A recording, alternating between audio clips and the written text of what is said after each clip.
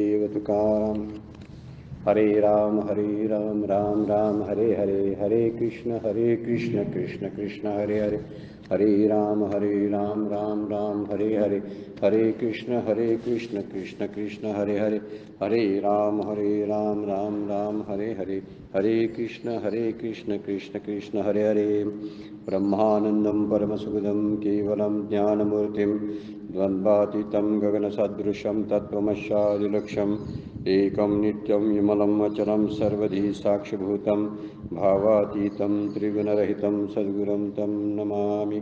नमामि सद्गुरु शान्तं सच्चिदानन्दविग्रहं पूर्णब्रह्मपरानन्दैशम् आनन्दीवल्लभं सद्गुरो सच्चिदानन्दं केवलं करुणाकरं ज्ञानयोगेश्वरं वन्दे ज्ञानदेवापुना पुनः.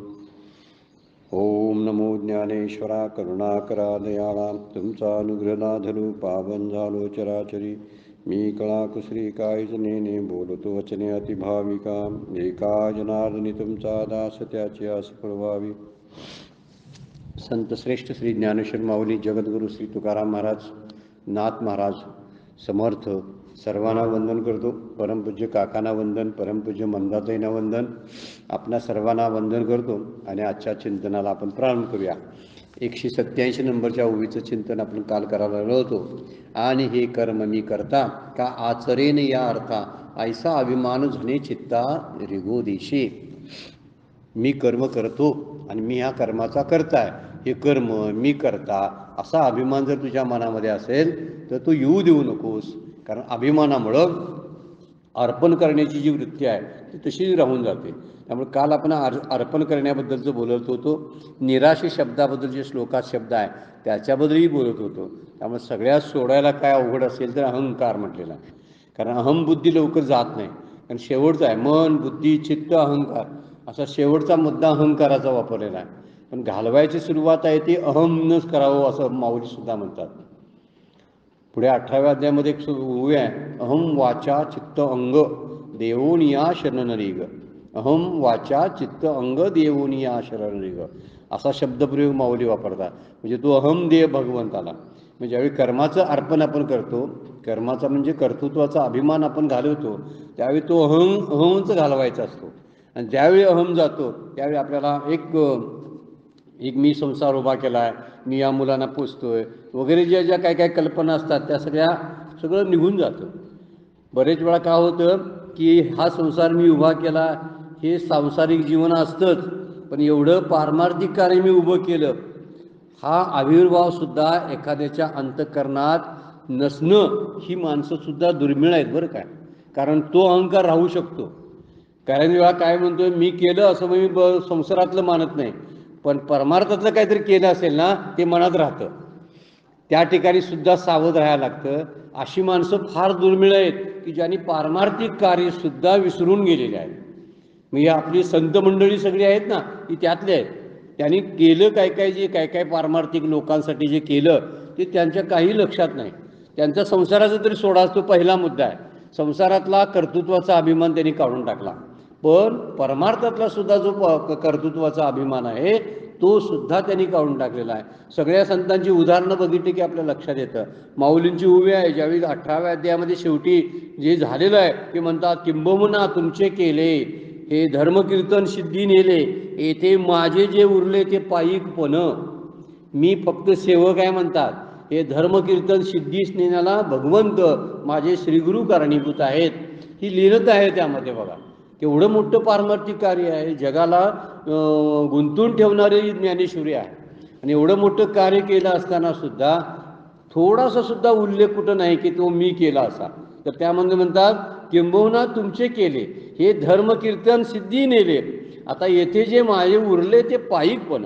मी फक्त सेवक या नात्यानं आहे किंवा नव्हती माझे बोल जाना हा निर्धार, मी आहे मजूर विठोबाचा.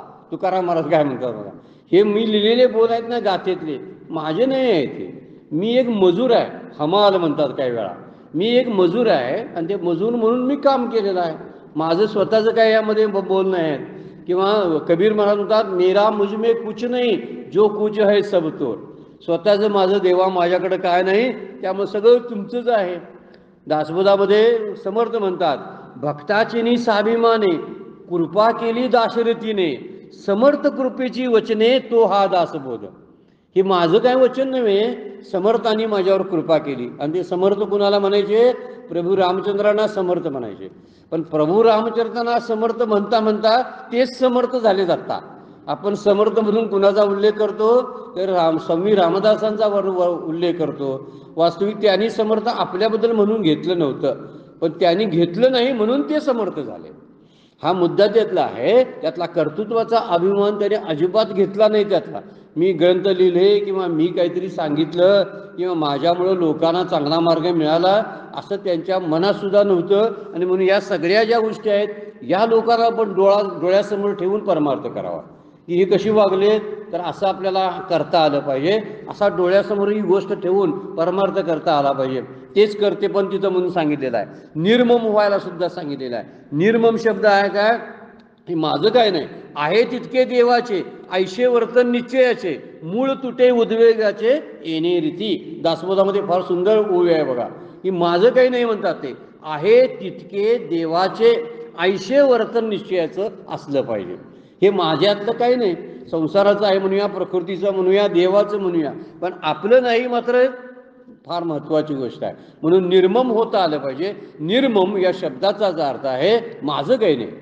हे मम शब्द जो आहे, ममता जी येते ती ममता फार घातक असते, की माझं पण त्यामध्ये दडलेलं असतं. आणि ह्याला कारण आहे अगोदरचा अभिमान, अहममुळंच मम येतो. म्हणूनच पुढे आणि 9व्या अध्यायामध्ये फार सुंदर होऊया, अहम ममतेची या लवड सवडी, मातेन पवतीची बापुडी, जन्म मरणाची या दुथडी ढवळती ठेली.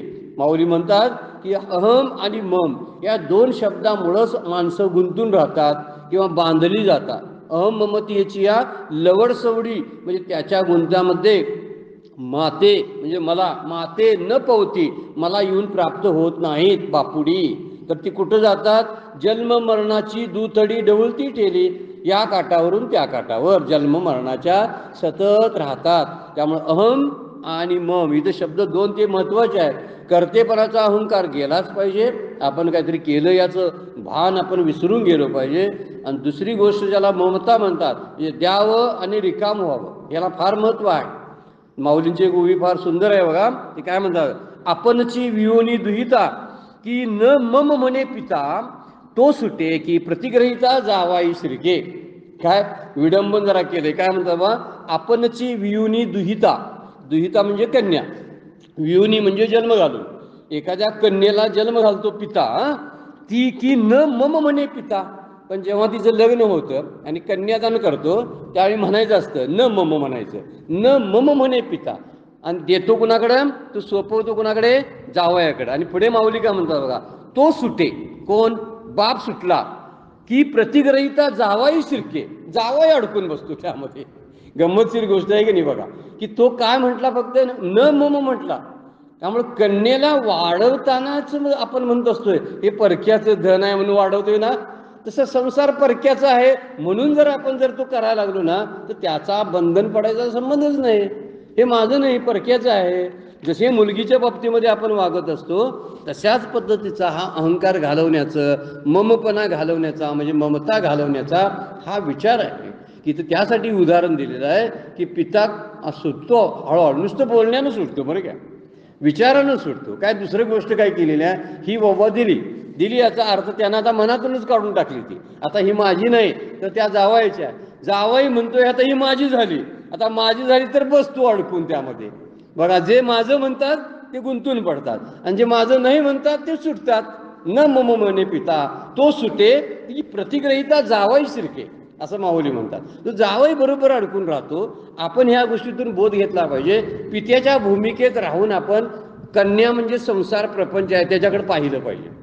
कन्यारूपी जो संसार आहे त्याच्याकडे कसं, कोणत्या भूमिकेतून? तर पिता हा जसा करतो वडिलांच्या भूमिकेतून त्याच्याकडे पाहावं. वाढवणार आहे मी, पण माझं नव्हे, हे दुसऱ्याचं धन आहे, मी देणार आहे, कारण माझं नाही.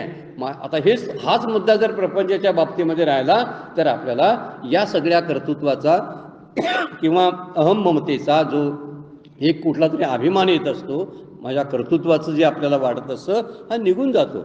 माऊलींची ओवी आहे, हा देहांकारू नाथिला, हा समूळ जयाचा नाशिला, तोची परमात्मा संचिला आधीच आहे. ज्याचा अहंकार जातो ना तो अगोदरचा परमात्मा असतो. पण परमात्मा होत नाही का, तर अहम त्यानं धारण केलेलं असतं.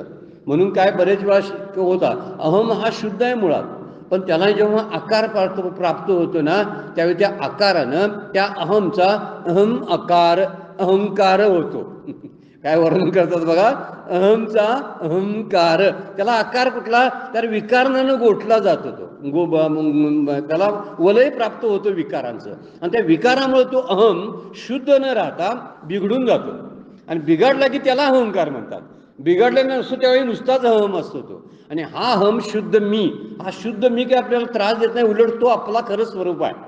ते खरं स्वरूप असताना सुद्धा त्याला एक वेगळं स्वरूप प्राप्त होतं. त्याचा अशुद्धपणा कशामुळे होतो, जशी नदी वाहत वाहत अशुद्ध होते ना, पण उगमाच्या ठिकाणी शुद्ध असते, तसा अहम हा मूळचा शुद्ध आहे. पण अहंकार नातीला समूळजयाचा नाशिला, तोची परमात्मा संचिला आधीचा आहे. म्हणजे अगोदरचाच तो देव आहे, म्हणजे शुद्ध अगोदरचा आहे हा, पण नंतर तो खराब होतो, कारण कर्तृत्वाचा अभिमान घेतो त्यामुळं. आणि म्हणून माऊली काय म्हणतात की आम्ही आणि हे कर्म मी करता, का आचरेन या अर्था, ऐसा अभिमान झने चित्ता रिगो देशी.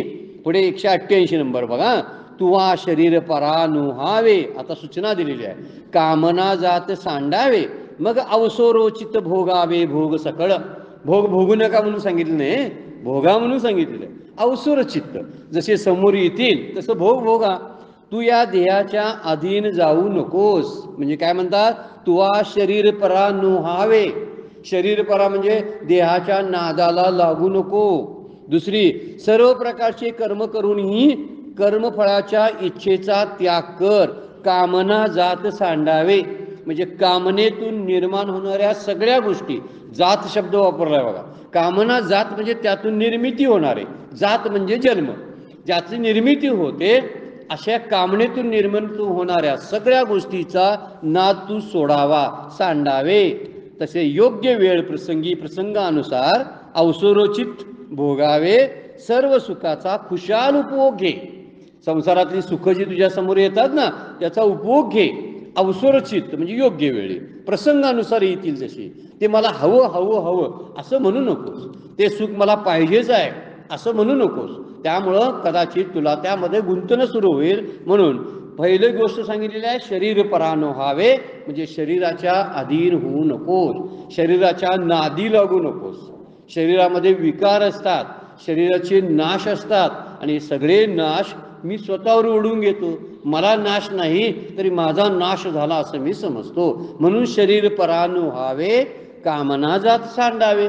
दोन गोष्टी ह्या ओवीमधून फार सुंदर सांगितलेल्या आहे की कामना सोडणं म्हणजे देहाच्या अधीन जाऊ नकोस, आणि सगळ्या इच्छेंचा तू त्याग कर. त्याप्रमाणे सगळे पदार्थ, देह, प्रपंच हे भगवंताचे आहेत, आणि त्याच्याविषयीचा आपलेपणा काढून टाकतो. ठेवू नकोस आपलेपणा. देहाबद्दल सुद्धा देहासक्ती ठेवू नकोस. देहासक्तीतूनच विषयासक्ती निर्माण होते. देह पोसायचे भलते लाड हे विषयासक्तीमध्ये रूपांतरित होत असतात. काय महत्त्वाची गोष्ट आहे ती. आपल्याला खूप काही देहाला लागतं, ही भावना कशामुळे होते माहिती आहे का, विषयासक्तीमुळे होत असते. त्यातूनच विषयासक्ती निर्माण होते. म्हणून कालच्या चिंतनामध्ये आपण एक बघितलं बघा, जे प्राणिया कामी भरू देहाची वरी आदरू, म्हणूनही पडला विसरू आत्मबोधाचा. 4थ्या अध्यायामध्ये उभी माऊलींची आहे. जे अतिशय कामनायुक्त विषयासक्त असतात, अशा विषयासक्तांना देहावर आदर प्राप्त होतो, देहाचे लाड अधिक केले जातात, आणि त्यामुळं खऱ्या गोष्टीला त्या देहात राहणारा जो आत्मा आहे तिकडं दुर्लक्ष होतं. वरती कवचाकडं पाहिलं जातं, टर्पलाकडं पाहिलं जातं, आणि टर्पलाच्या आतमध्ये असणारा जो गाभा घटक आहे त्याच्याकडे दुर्लक्ष होतं. म्हणून माऊली सांगतात, शरीर परानु व्हावे, तू शरीराच्या अधीन होऊ नकोस. शरीर म्हणतं किंवा इंद्रिय म्हणतात त्या नादाला लागू नकोस. इंद्रिय जे जे म्हणती ते तेच का पुरुष करते, ते तरलेची ना तरते विषय सिंधू. हा विषयाचा सागर जर तरून जायचं असेल तर शरीर आणि इंद्रिय जे म्हणतात तसं करत जाऊ नकोस. शरीर परानु व्हावे. म्हणून इथं वर्णन सुद्धा आहे की देहाच्या नादी जर लागलो आपण, वरती तोच शब्द वापरला, देहांकार जो आहे, त्या देहाच्या नादाला लागूनच देहाबद्दलचा अहंकार निर्माण होतो. त्यामुळं या देहाच्या आणखीन एक उभी बघा, या देहाच्या बांधोडी न पडिजे, सुखदुःखाच्या सागरी न बुडीजे, सुखी सुखरूपा घडीजे माझी या अंगा. माऊलींची उभी आहे बघा. काय म्हणतात बघा, मला बहुतेक 6व्या अध्यायामध्ये उभी येते की ते म्हणतात सुखी सुखरूपा घडीजे माया, या देहाच्या बांधोडी न पडिजे. बांधोडी म्हणजे त्याच्या अधीन तू जाऊ नकोस, त्याच्या नादाला फारसा लागू नकोस. देहाचे विकार येतात जातात, त्याला परिवर्तन आहे, त्याची स्थिती कायम लय आहे, या सगळ्या गोष्टीचा विचार कर. तू जन्माला आलास तर तू जाणार आहेस, त्यामुळे रोज रोज आपलं खंगणं चालू असतं. त्या खंगणे म्हणजे जाणं असतं, मरण असतं. रोज पेशी मरत असतात आपल्या शरीरामधल्या, आणि शेवटी शेवटच्या ठिकाणी शिल्लक राहिलेल्या मरतात आणि मग आपण मरतो. पण त्यामुळे काय अगदी अचानक कोणी सगळ्या मरत नाहीत, हळूहळू मरत जातात. याचा अर्थ आपण रोज मरत असतो. मग रोज मरतोय म्हणून त्याच्या नादाला लागून चालेल का? रोज मरे त्याला कोण लढे म्हणतात बघा, तसा प्रकार आहे. रोज जरी त्याचाच बदल व्हायला, कुठं सारखं सारखं म्हणायचं आज सर्दी आली, आज डोकंच दुखाले म्हणून आता मी वाचनच बंद करणार, आजचं नाम राहू दे, ध्यान राहू दे, का तर ते म्हणे असं असं आज मला व्हायलंय. रोज तसं करतंय ते काहीतरी. शरीराचं बघा, सगळ्या उठा टीव्ही कशा रोज असतात, आपल्याला लक्ष द्यायला लागतात. सकाळी उठल्याबरोबर असं होतंय तसं होतंय असं जाणवायला लागतं. म्हणून शरीर परानो व्हावे म्हणतात की संसाराच्या या सगळ्या गोष्टी ज्या आहेत, सगळे पदार्थ जे आहेत ते भगवंताचे समजून त्यातलं निर्मम होणं, त्यातून मन काढून घेणं आणि भगवंताला प्रसन्नी ठेवणं ही फार महत्त्वाची गोष्ट आहे. त्यामुळे संसाराच्या विषयाच्या प्राप्तीमध्ये कृतार्थता मानणं हे बंधन आहे बरं का, लक्षात ठेवणं फार गरजेचं आहे. संसाराची कुठलीही गोष्ट प्राप्त झाली, ती मिळवली की कृतार्थता वाटणं हे बंधन आहे. आपण कृतकृत्य झालो कशामुळं की 1-2 मुलांना जन्म दिला, त्यांना शिक्षण दिलं, त्यांना नोकऱ्या लागल्या, त्यांची लग्न झाली, मी कृतकृत्य झालो. ही चुकीची पद्धत आहे, समजूत आहे असं शास्त्र सांगतं. कृतकृत्यता कुठं आहे खरी? जिथं जे प्राप्त करायचे आहे त्याचा मला पत्ता सापडला. जे नव्हतं लांब माझ्यापासून पण ते माझ्याच जवळ आहे मला कळलं, आणि त्याची जर पत्ता आपल्याला जर सापडला असेल तर मला कृतार्थता प्राप्त होते. म्हणजे कशाचं? आत्मस्वरूपाची ओळख जेव्हा होते तेव्हा खरी कृतार्थता आहे. आपण म्हणतोय प्रपंचाची कामं संपली, आता कृतकृत्य झालो बाबा असं आपण म्हणत असतो. खरी जी गोष्ट आहे ना, ती खरी गोष्ट ही प्राप्ती केल्यानंतरची आहे. भगवंताची म्हणजे शेवटचा पुरुषार्थ जो मोक्ष आहे, तो मोक्ष प्राप्त करणं ही सगळ्यात मोठी प्राप्ती आहे. त्याच्यामध्ये कृतकृत्यता असली पाहिजे. आणि आपण कशामध्ये कृतकृत्यता म्हणतोय की संसाराच्या काहीतरी गोष्टी करून झाल्या की म्हणतोय आता मी रिकामं झालो बाबा. तो रिकामं झालेलं नाही आपण, उलट पुढच्या जन्माची आपण तयारी करून ठेवलेली असते. हा विचार आपण लक्षात घेत नाही. म्हणून काय करावा विचार?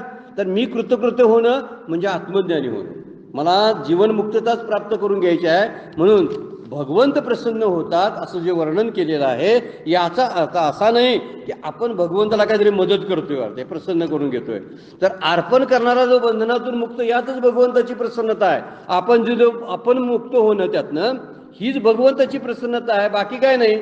त्याचीच वस्तू त्यालाच अर्पण करायला त्या केल्यानं तो प्रसन्न होतोय. तो काय म्हणतो? त्याचीच वस्तू, पण त्याला दिल्यामुळे त्याला बरं वाटतंय ना. असं कुणाच्याही बाबतीत आपण म्हटलं ना, आपण ज्यावेळी थँक्यू एखादी गोष्ट म्हणतो, थँक्यू बोलतो, त्यावेळी आपण फार मोठी काही गोष्ट करत नाही, पण त्या व्यक्तीला प्रसन्नता वाटते. बघा, मी मदत केल्यामुळं हा थँक्यू म्हटला. तसं देवाला थँक्यू म्हणण्याची एक पद्धत आहे, त्याला प्रसन्न करणं म्हणतो आपण त्याला.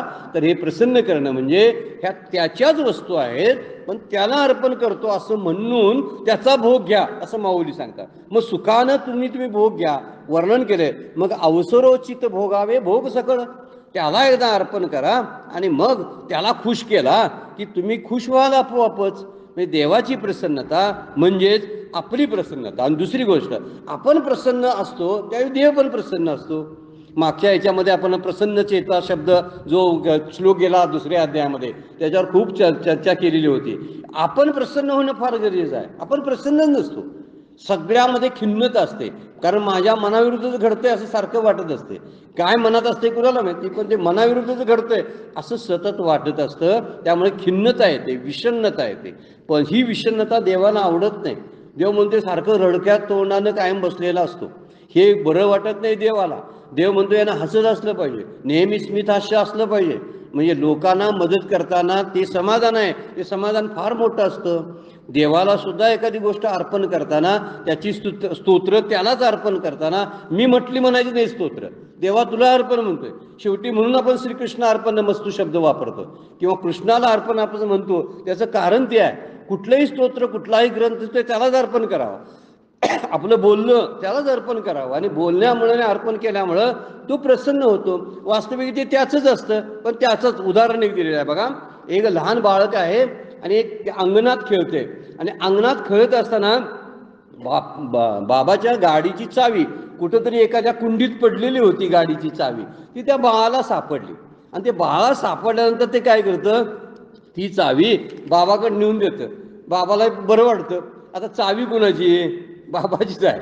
आणि ते खेळत ते बाळ कुणाचं, बाबाचंच आहे. ती खेळत्याला अंगण कुणाचं, बाबाचंच आहे.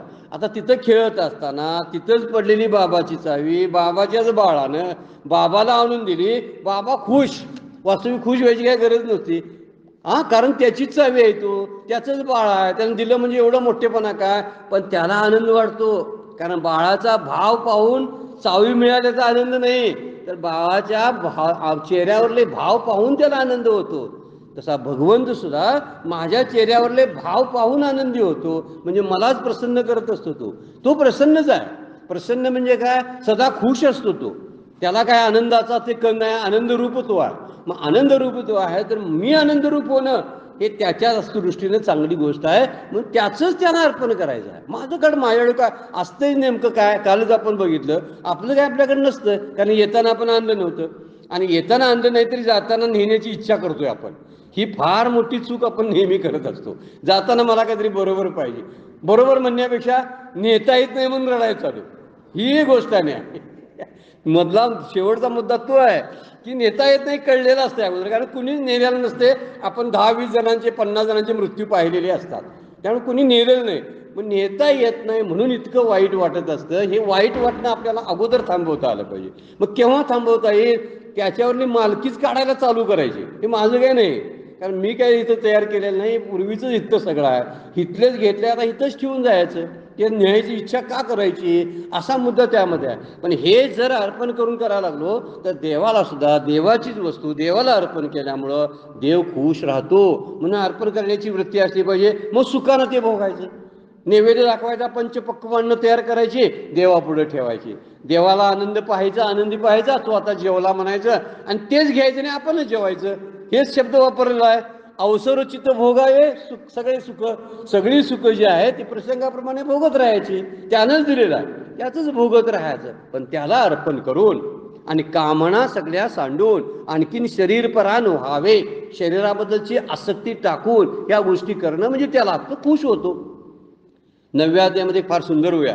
बाळक बापाची या ताटीरी गे आणि बापातच जीव लागे, तेने संतोषलिनी ओगे मुखची ओढवी. पुढे आहे तिथं, इसामी जरी तुम्हाप्रती चावटी करत असे बाळमती, तेने संतोषीच्या ऐश्वरी प्रेमाची, असे माऊलींनी संतांचं वर्णन करायला चालू केलंय. आपण ती एकच उभूया, त्यावर आपल्याला बरं आहे. बाळक बापाची या ताटीरी गे आणि बापा तेच जीव लागे. आता बघा, लहान बाळक असतं, वडील जेवत असतात, तिथंच बसलेलं असतं. ते बाबाला ताट वाढलेलं असतं, बाबाच्या पुढे असतं. पण ते काय करतं, त्यातलाच एक तुकडा, पोळीचा तुकडा घेतं, भाजी घेतं आणि बापाच्या मुखात घालतं, तोंडात घालायला चालू करतंय. पण बाप काय करतोय, अरे गप्रे तुझ्याकडं हाताला कुठलं असं म्हणत नाही, पुढे म्हणतो, तोंड करतोय, घाल घाल माझ्या मुखामध्ये घाल म्हणतो आणि तो ते आनंदाने सेवन करतो. आता बापाचं ताट आहे, बापानं कमवून आणलेलं ते सगळं जेवण आहे आणि ते बापाच्या पुढ्यात आहे. ठीक आहे, बाळाचं ताट नाही आहे, बापाचंच आहे. बापाच्याच ताटातलं बापाच्याच तोंडात घालतो आणि बापाला खुश करतोय. किती गंमतशीर गोष्ट आहे बघा. आणि हे का करू नये भक्तानं देवाच्या बाबतीत असंच करावं. हे तुझंच आहे, पण तुला अर्पण करताना त्याला आनंद होतो, तर का अर्पण करू नये सांगा बघू. मग दिलंय त्यानंच आणि त्याला देताना नाही हिची का करायची, मागं पुढं का करतोय आपण काय कळत नाही, देऊन टाकावं. पण देत नाही आपण तसं. आणि त्यामुळे इथं वर्णन केलेलं आहे, शरीर परानो व्हावे. साधारण मनुष्य हा कामनेच्या पूर्तीसाठी कर्मामध्ये प्रवृत्त झालेला असतो. पण हे साधक जो असतो ना, एखादा आपण साधक म्हणून घेतलं तर आत्मसिद्धीसाठी आणि कामनेच्या निवृत्तीसाठी कर्मात प्रविष्ट होतोय बरं का. आपण जे साधक मंडळी असतो ना, ती माझ्या सगळ्या कर्माची बंधनं जावावीत म्हणून तो काम करत असतो. इथं सुद्धा साधारण मनुष्य सुद्धा कामच करत असतो, पण कामनेच्या पूर्तीसाठी काम करत असतो. आणि साधक ही कामच करत असतो, पण तो काय करत असतो, माझी कामना जाऊ दे, अशी कर्म माझ्याकडून होऊ देत, अशा कर्मानं कामनेची कमीपणा करत असतो किंवा कामना काढून टाकत असतो. किती गंमतशीर गोष्ट आहे बघा. म्हणजे कर्मानंच कर्मबंधनातून रिकाम व्हायचं काम करतो साधक, आणि एखादा सकाम असतो तो कर्मानंच कर्मबंधनामध्ये अडकतो. का? नुसती सकामता ठेवल्यामुळं. म्हणून कामना परत नोहाय म्हटलेलं आहे, कामना सोडाव्यात, कामना जात सांडावे शब्द त्यासाठी वापरलेला आहे. कामना जात सांडणं म्हणजे तर कुठल्याही प्रकारच्या कर्माचं बंधन पडू नये म्हणून निष्काम भावनेनं सेवा करणे, निष्काम भावनेनं वर्तन करणे असा विचार त्यामध्ये सांगितलेला आहे. आणखीन एक शब्द श्लोकामध्ये आहे, विगतज्वर हा शब्द वापरला आहे. माऊलींनी त्या सुत्तासाठी ओव्या काही पुढे टाकलेल्या आहेत.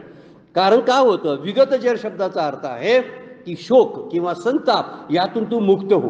कारण ही गोष्ट भूतकाळाच्या संदर्भातली बरीचशी असते बरं का. विगतज्वर शब्द हा भूतकाळातल्या घटनेशी संबंधित आहे. आपल्या घडलेल्या काही घटना असतात त्या उगाळत असतो आपण, आणि बऱ्याच वेळा त्या घटना अप्रिय असतात. अशा अप्रिय गोष्टींचा विचार सतत केल्यामुळं आपल्याला शोकच होतो, संताप होतो, त्रास होतो, आणखीन कुणाबद्दल तरी सुडाची भावना निर्माण होते. तू तसं काय सूड घेण्याच्या बुद्धीनं कौरवांचा तू युद्ध करू नकोस असं भगवंत सांगायला येतं अर्जुनाला. तू विगतज्वर हो, संताप रहित हो. म्हणून म्हणलेलं आहे, नवीन कामना किंवा ममता तू तयार करू नकोस. अगोदर ज्या झालेल्या आहेत आता त्याचा विचार सोड. गेलेल्या किंवा झालेल्या ज्या गोष्टी आहेत त्याच्याबद्दल शोक किंवा संताप किंवा करू नकोस. म्हणून इथं म्हणलेलं आहे विगतज्वर या शब्दाचा अर्थ आहे सिद्धी किंवा यश किंवा अपयश यामध्ये सम राहणं, सम राहता आलं पाहिजे. सुख दुःख यामध्ये समत्व ठेवता आलं पाहिजे. सिद्धी किंवा असिद्धी, यश किंवा अपयश, चांगलं किंवा वाईट यामध्ये समान राहता येते का प्रयत्न केला पाहिजे आपण. असा प्रयत्न करणं म्हणजे विगतज्वर होणं. काही वेळा अनुकूलतेनं होणारी जी प्रसन्नता असते आणि प्रतिकूल गोष्टी घडल्यामुळं होणारी उद्विग्नता असते, हे दोन्ही जोरच आहेत. तसे विगत ज्वर का, विगत म्हणजे टाकून द्यायचा अर्थ, आणि ज्वर म्हणजे शब्दाचा अर्थ आहे संताप किंवा शोक आपण म्हणूया. विगत टाकून द्या हा संताप. कुठल्या तर अनुकूल गोष्टीमुळे मिळणारी जी प्रसन्नता असते, एखादी वस्तू प्राप्त झाली की प्रसन्न आपण तेवढ्यापुरतं होत असतो हे. आणि दुसरी गोष्ट, एखादी प्रतिकूल घटना घडली की आपण उद्विग्न होतो, ही गोष्ट. ह्या दोन्ही गोष्टी तू टाकून दे म्हणजे विगत ज्वर हो, हा मुद्दा त्यातला आहे. म्हणजे दोन्ही टाकता आल्या पाहिजेत. म्हणजे अनुकूलतेतून मिळणारी प्रसन्नतेचा आनंद आणि प्रतिकूलतेतून मिळणारी जी विषण्णता त्याचं दुःख, ह्या दोन्हीचा विचार सोडता आला तर आपल्याला विगत ज्वर होता येतं. म्हणून या तिन्ही पदांचा विचार श्लोकामधून केलेला आहे आणि माऊलींनी विखुरलेला आहे त्या ओवीमधून तो विचार. आणि त्यामध्ये निराशीर हे शब्द आहे, हे भविष्यकाळाशी संबंधित आहे. निराशी म्हणजे आशा ठेवणं. आशा कधीची असते? भविष्यकाळाची. परमपूज्य काका म्हणतात भविष्यकाळातले काय म्हणतात त्या उड्या आणि भूतकाळातल्या बुड्या बंद करता आल्या पाहिजेत. काकांचं वाक्य आहे की भविष्यकाळात आपण काहीतरी उड्या मनोरथ व्यक्त करत असतो, त्याला निराशी शब्द वापरला आहे. निराशी हो म्हणजे भविष्यकाळाचं फारसा चिंतन किंवा चिंता करत बसू नको. दुसरा पद आहे निर्मम. निर्मम म्हणजे तू ममता रहित हो, कामना रहित हो. हे वर्तमान काळाशी संबंधित आहे. जसं निराशी भविष्य काळाशी संबंध आहे, तसं निर्मम हे वर्तमान काळाशी संबंधित आहे. वर्तमान काळातल्या घटनेबद्दल तू काय हो, निर्मम अशी भावना ठेव. हे माझं नव्हे असं म्हणून लक्षात ठेव. आणि विगतज्वर शब्द जो वापरला आहे तो भूतकाळाशी वापरलेला आहे. तिन्ही शब्द जे आहेत श्लोकातले जे आहेत ते तिन्ही शब्द या पद्धतीने आहेत. विगतज्वर म्हणजे भूतकाळातल्या घटनेच्या चिंतनामध्ये तू राहू नकोस, भविष्यकाळातलं चिंतन करू नकोस, आणि वर्तमान काळामध्ये तू काय करू नकोस, असं निर्मम हो. या तिन्ही गोष्टीचा विचार एका श्लोकामध्ये माऊलीने केलेला आहे. म्हणून माऊली म्हणतात तू शरीर परानु व्हावे, कामना जात सांडावे, मग अवसरोचित भोगावे भोग सकळ. कुठल्याही भोगाला भोगण्याला संतांनी शास्त्रांनी हरकत घेतलेली नाही.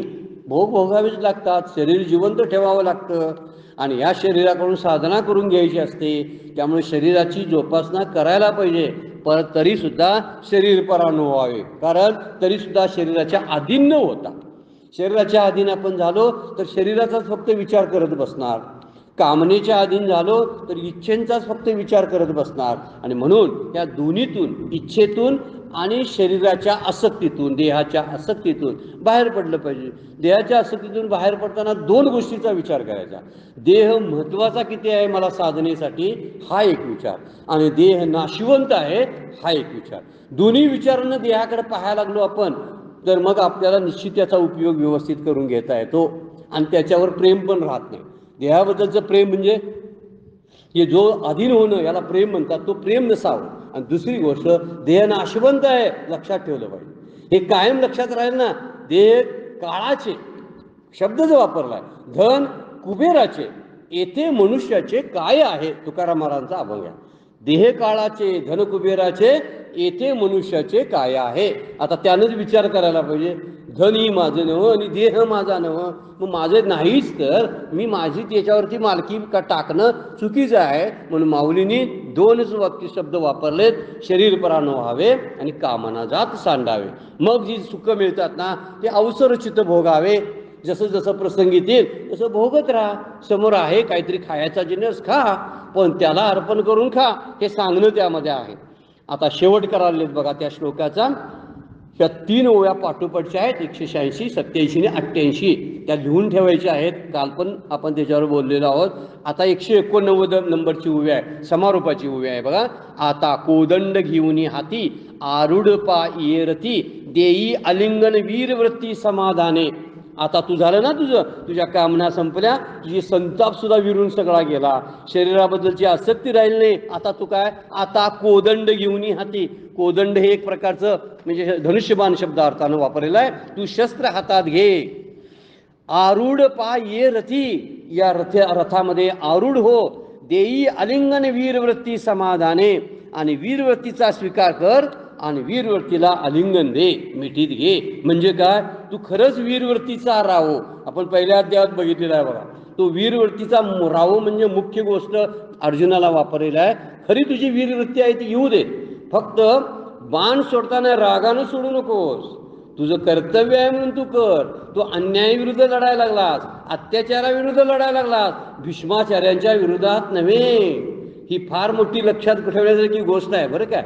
आपण जे लढत असतो, बोलतो किंवा कुणाला तरी अपमान करतो, ती व्यक्ती पाहून अपमान करतो. त्या व्यक्तीतल्या दुष्ट वृत्तीचा अपमान करता आला पाहिजे. त्या व्यक्तीलाही राग यायचं नाही. तुम्ही फार चांगले आहात, पण तुमच्यामधला दुर्गुण हा असा आहे, असं जर कुणाला तरी म्हटलं तर त्यांना वाईट वाटत नाही. पण तुम्हीच वाईट आहेत असं म्हटलं ना तर याचा अर्थ आतमध्ये काहीतरी काय आहे, असूया आहे. पुढे आपण श्लोक बघणार आहोत. आतमध्ये कुठेतरी मत्सर आहे. मत्सरानं त्या वाईट व्यक्तीला वाईट आपण म्हणतो. खळांची व्यंकटी सांडो असं म्हटलेलं आहे. खळ सांडो म्हटलेलं नाही. जे खळांची व्यंकटी सांडो, त्यांची दुष्ट प्रवृत्ती जावो. खळ लोक म्हणजे जे दुर्जन आहेत ते दुर्जन जावो असा शब्द वापरलेला नाही माऊलीने. म्हणून आपणही दुर्जनांचा नाही विश्वास करायचा, तर त्याच्यातल्या वृत्तीबद्दलचा असला पाहिजे. म्हणून माऊली म्हणताना म्हणतात, तू आता वीरवृत्ती तुझ्याकडे आलेली आहे, तर विगत जीवर आता हो, निर्मम हो. झालाच काय, मग आता युद्ध सोड, कर, बाण सोड, रथावर आरूढ हो, तुला पाप पुण्य लागणार नाही. इतकं केलं नाही तर पाप पुण्य लागत नाही. नाहीतर इतकं जर झालं, मनात राग आहे, आसक्ती आहे, मला युद्ध जिंकायचं आहे, मला राजा बनायचं आहे, पदावर बसायचं आहे, अशा भावनेनं जर तू करायला लागलास तर ही सगळी पदं जिंकण्याची जी वीरवृत्ती या तू बांधला जाशील आणि कर्मबंधन तुझ्यावरती त्याचा एक फेरा पडेल. म्हणून तू सावध राहा. आता तुझं तसं झालंय, जगी कीर्ती रुडवी. माऊली काय म्हणतात बघा, जगी कीर्ती रुडवी. रुडवी म्हणजे अजरामर कर, स्वधर्माचा मानू वाढवी. स्वधर्म जो सांगितला आतापर्यंत त्याचा आदर कर, स्वधर्माची प्रतिष्ठा जगात वाढव. या भारापासून सोडवी मेदिनी हे. मेदिनी म्हणजे पृथ्वी. आता तू काय कर, या धरणी मातेला या दुर्योधनासारख्या दुष्ट, कौरवासारख्या दुष्ट लोकांच्या भारापासून, अत्याचारापासून मुक्त कर. म्हणजे मुख्य मुद्दा काय आहे बघा, त्यांच्या अत्याचारापासून मुक्त करण्यासाठी युद्ध करायचं आहे त्याला, त्यांना मारायचं नाही. आता तू तुझा भाऊ म्हणून जर म्हणालास तर तुझ्याकडं आसक्ती येणार, कारण ममता येणार ना. आणि ममता म्हणजे काय, हे माझे आहेत, यांच्यावर युद्ध कसं करू, पहिलाच मुद्दा आलेला होता. त्यातूनच अर्जुनाच्या विषादातूनच भगवद्गीतेची निर्मिती आहे. म्हणून म्हणतो तो ममता होती, मग निर्मम झाला, आता तो निरंकारी झाला. दुसरी गोष्ट निराशीर, कुठल्याही प्रकारची आशा नाही, असं माऊली म्हणालेल्या त्या अर्जुनाला. आणि म्हणून तू काय कर, आता या दुष्टांच्या पासून पृथ्वीचं रक्षण करण्यासाठी तू युद्ध करायचं आहे, तुझ्यासाठी नव्हे. म्हणजे किती कल्याणाचा, लोककल्याणाचा मार्ग युद्धामध्ये आहे. इतकं युद्ध आहे, हिंसा आहे, रक्तपात आहे, पण या रक्तपातामध्ये सुद्धा लोककल्याण दडलेलं आहे, हे सांगायचं आहे माऊलींना. आणि म्हणून म्हणतात जगी कीर्ती रुडवी, दुसऱ्याला मारून कीर्ती कशी निर्माण होते हो, पण दुसऱ्याला नाही मारत, हा अन्यायाचा नाश करतो. अत्याचाराचा नाश केल्यामुळं जगात कीर्ती वाढणार आहे, अजरामर होणार आहे. स्वधर्माचा मानू वाढवी, तू स्वधर्माची प्रतिष्ठा जगामध्ये वाढव, कारण स्वधर्माचा लोप झालेला आहे. तो स्वधर्माचा लोप म्हणजे काय, आपल्याच कर्तव्याचा विसर पडणं, याला स्वधर्माचा लोप म्हणतात. माझं कर्तव्य आहे, कधी कधी चापट मारावी लागते मुलांना, कदाचित दरडवावं लागतं, हा सुद्धा स्वधर्मच आहे. जसं आपण लाड करतो मुलांचे, तसं मुलांना मारणं, शिक्षा देणं, हे सुद्धा स्वधर्माचंच आचरण आहे. तसा स्वधर्माचा मानू वाढवी, या भारापासून सोडवी मेदिनी. मेदिनी शब्दाचा अर्थ आहे पृथ्वी. या पृथ्वीचं तू रक्षण कर, म्हणजे भूत भविष्याचा विचार करू नकोस. आता कोदंड हातात घे, धनुष्यबाण घे, कर्तव्य कर्म म्हणून समोरील लोकांच्याकडे पहा. तुझं काम हे कर्तव्य कर्म आहे म्हणून बघ, सेवाभाव म्हणून बघ, ही ईश्वराला मी अर्पण करतोय अशी वृत्ती ठेव आणि युद्धाला चालू कर. यामध्ये तुला कुठल्याही प्रकारचं बंधन होणार नाही, कारण यामुळं तुझी कीर्तीच वाढणार आहे. अगोदर सांगितलेलं आहे. तर एक तर तू युद्ध केल्यामुळं जर तू यात गतप्राण झालास तर तू जगात प्रसिद्ध होशील, कारण तू बलिदान दिलंस म्हणून, आणि स्वर्गात तुला जागा मिळेल. समजा तुला यश मिळालं आणि तूही जिवंत राहिलास तरी राज्य भोगशील. 2-3 गोष्टी सांगितलेल्या आहेत पहिल्या दुसऱ्या अध्यायामध्ये. याचा अर्थ होतो बघा, की कीर्ती वाढीव किंवा मेदिनीपासून सोडवी, भारापासून सोडवी असा शब्द वापरलेला. मेदिनीला, पृथ्वीला सोडव आणि कीर्ती वाढव म्हणतात. तर माऊलीचा दासबोधामध्ये फार सुंदर तुकडा आहे बघा, कीर्ती करून नाही गेले ते उगीच आले आणि मेले. कीर्ती ज्यांनी केली नाही, ज्यांची आठवणच कोण ठेवत नाही, ते आले आणि गेले आणि उगीच मेले. काय गरज आहे काय जगण्याला त्या अर्थ, आणि मरण्याला तरी काय कुठला हेतू राहिला काय बघा. म्हणजे त्यांचा जगण्याचा आणि हेतूचा, मरण्याचा हेतू हा संतांचा जर बघितला किती महान आहे बघा तो, की कीर्ती करून गेले. काय म्हणतात ना, कीर्तिरूपी उरावे, मरावे परी कीर्तिरूपी उरावे. म्हणजे जगानं थोडीशी जरी त्यांची आठवण काढावी, जगानं नसली तर कुटुंबाने तरी आठवण काढावी. आता आठवण ही फक्त कुठल्या तरी श्राद्धाच्या वेळी किंवा पितृपंधरवड्यातच येत असेल तर तीही पोरंसुद्धा काहीतरी पूर्वीचं आहे कुलपरंपरा म्हणून करत असतील. वडिलांच्या प्रित्यर्थ, आजोबांच्या प्रित्यर्थ करतात किती जण, हा मुद्दा पण आहेच, त्याचा विचार करायची काय गरज नाही.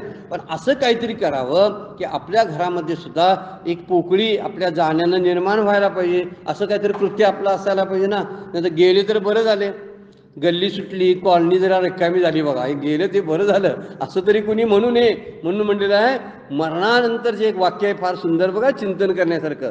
मरणानंतरचं उरणं वाट्याला जर येणार असेल तर जगण्यानंतरचं मरण भीतीदायक वाटणार नाही. मरणानंतरचं उरणं वाट्याला जरी येणार असेल तर जगण्यानंतरचं जे मरण आहे ते भीतीदायक आपल्यालाच वाटणार नाही. आपल्याला भीती मृत्यूची वाटते, पण जर मरणानंतर, जगण्यानंतरचं जर मरण आहे ते मरण भीतीदायक वाटणार नाही. केव्हा, मरणानंतरचं उरणं असेल तर. आपण उरलो पाहिजे. कोणत्या रूपानं, कीर्तिरूपी उरावे. उरावं कोणत्या दृष्टीनं, मग बऱ्याच जणांच्या आता हर्षद मेहताचं अजूनही नाव आपण घेतोय, त्याची काय कीर्ती नाही म्हणता झाले की नाव घेत नाही आपण, होतो कीर्तिरूपी उरावे हा शब्द त्याचा महत्वाचा आहे. मरावे पण कीर्तिरूपी उरावे. मरणानंतरचं उरणं वाट्याला येणार असेल तर जगण्यानंतरचं मरण भीतीदायक आपल्याला वाटणार नाही. समर्थ म्हणतात समजले आणि वर्तले त्याची भाग्यपुरुष झाले. ज्यांना हे कळलं आणि असंच आचरण ज्यांनी केलं ते खरंच भाग्यपुरुष ठरलेले असतात, भाग्याला प्राप्त होत असतात. कापराचं उदाहरण आहे, माऊली देतातच ना, कापूर जळून जातो, संपून जावा आणि मागे राख नाही उरावी तर सुगंध राहावा. ही फार महत्वाची गोष्ट आहे. पाठीमागे राख राहत नाही कापुराची. कापुराचं उदाहरण ते कापुराची वाती उजळलेली होती, ठाईची समाप्ती झाली जैसी. तो हरिपाठामधला तुकडा आहे. कापुराची वाती उजळलेली होती, ठाईची समाप्ती झाली म्हणजे साधुबोध झाला, नरोणी केला. ठाईचं मुराला अनुभव असा मुरायला पाहिजे तो. म्हणजे कीर्ती अशी मुरते त्यामध्ये आणि लोकांना आठवण करून देते, हे पाहिजे होते, हे पाहिजे होते. आता हे ग्रंथरूपानं आहेत. माऊलींची आठवण आपण रोज काढतो, तुकोबांची काढतो, समर्थांची काढतो, नाथांची काढतो, आचार्यांची आठवण आपण काढतो, गोंदवलेकर महाराजांची आठवण काढतो. आमच्या आजोबांची पंजोबांची एवढी आठवण येत नाही आपल्याला, पण यांची आठवण आपण काढतो. कारण याने आम्हाला सुखाचा एक मार्ग दाखवलेला आहे म्हणून. आणि म्हणून इथं अर्जुनाची आठवण आपण काढली. याचा अर्थ अर्जुनाला मोठेपण दिले भगवंताच्या संगतीमुळे. त्यांच्या संगतीत आला आणि एकरूप झाला भगवान श्रीकृष्णाशी. तो त्याचं कुठलंही आज्ञेचा उल्लंघन त्यानं केलेलं नाही, म्हणून तो कीर्तिरूपानं वर आलेला आहे, असा त्याचा अर्थ आहे. म्हणून ते म्हणतात, माऊलीने शब्द वापरला की स्वधर्माचा मान वाढवतो, कीर्ती जगात रुळवी आणि भारापासून सोडवी मेदिनी. ही सगळी जी आहे हे सगळं गेलं की तुझी कीर्ती पाठीमागं राहील. कारण तू कोणतीही ममता न ठेवता विगतचवर होऊन तू युद्धाला झाला पाहिजेस. 191 नंबरची शेवटची उभी या श्लोकावरची. आता पार्था निशंकू होई. आता कुठली शंका मनात ठेवू नकोस. या संग्रामात चित्त देई, येथे ये वाचून काही बोलू नये. आता तू युद्धाशिवाय दुसरं काय बोलू नकोस. बघ तुझ्या समोर युद्ध आहे. आता मनात कोणती शंका न बाळगता पुढे हो. निशंक होई, सर्व लक्ष केवळ युद्धावर केंद्रित कर. या संग्रामात चित्त देई म्हणजे एकाग्र ठेव. आता तिकडं ही एकाग्रता म्हणजे ध्यानच आहे. म्हणून म्हणतात की पुढे जेव्हा युद्ध चालू केलं 18व्या अध्यायाचा संपल्यानंतर, म्हणजे तत्वज्ञान सांगून झालं भगवंतानी, त्यावेळी ज्यावेळी अर्जुनाने युद्धाला सुरुवात केली त्यावेळी अर्जुन पूर्णपणे समाधी अवस्थेमध्ये युद्ध करत होता, असं वर्णन केलेलं आहे. तो स्वतः राहिलेला नव्हता त्याचा. त्याला काहीच दिसत नव्हतं, एवढी एकाग्रता प्राप्त झाली होती. म्हणजे भगवंतानी त्याला संमोहित करून टाकलेलं होतं. तुझं एकच कर्तव्य आहे, युद्ध करणं. आणि युद्ध कशासाठी? तर अत्याचाराचा नाश करायचा आहे. परित्राणा हे साधूना धर्मरक्षणार्थ, यासाठी तू युद्ध करायला लागला. ही एकच भूमिका त्यांनी डोळ्यासमोर अर्जुनाच्या भगवंताने आणून ठेवलेली होती. आणि त्याच भूमिकेमधून जणू काही डोळे झाकून तो बाण सोडत होता. मला हे करायचं आहे, माझ्यासाठी नाही. म्हणजे समाधी अवस्थेमध्ये होता म्हणतात तसं त्यांना म्हटलंय. येत या संग्रामात चित्त देई, येत ये वाचून काही बोलू नये. आता त्याच्यावर दुसरी तू काही चर्चाच करू नकोस, कुठला प्रश्नही विचारण्याचं शिल्लक राहिलेलं नाही. आता तू निशंक होईल आणि सरळ युद्ध करायला चालू कर, असं माऊलींनी सुद्धा वर्णन करून सांगितलेलं आहे. फार सुंदर या श्लोकावरच्या 1-2-3 ओव्या आहेत, त्या थोड्याशा लक्षात ठेवाव्यात. तरी उचित कर्मे आगवी तुवा चरुणी मजार पावी, परिचित्त वृत्ती विन्यासावी आत्मरूपी. ही एक ओवी. आणि हे कर्म मी करता का आचरेन या अर्था, ऐसा अभिमानू झने चित्ता रिगोदिशी. दुसरी. आणि तिसरी, तुवा शरीर परानु व्हावे, कामना जात सांडावे, मग अवसरोचित भोगावे भोग सकळ. या श्लोकावरच्या 3 ओव्या फार सुंदर आहेत. म्हणजे भगवंताला सगळी कर्म अर्पण करावेत आणि आपण भोगावीत. ही युद्धाची सुद्धा भूमिका त्याची तशीच आहे. आणि तशाच पद्धतीनं अर्जुनानं युद्ध केलेलं आहे. वेळ पण संपलेला आहे. आपल्या श्लोकावरचं माऊलींचं भाष्य पण 191 पर्यंत संपलेलं आहे. पुढे आपण 31वा श्लोक पाहणार आहोत. आत्ताची वेळ संपली. आजची सेवा श्री गुरूंच्या चरणी, भगवान ज्ञानेश्वरांच्या चरणी अर्पण करतो. विराम घेऊया. पुंडलिक वरदारी विठ्ठल श्री ज्ञानदेव तुका.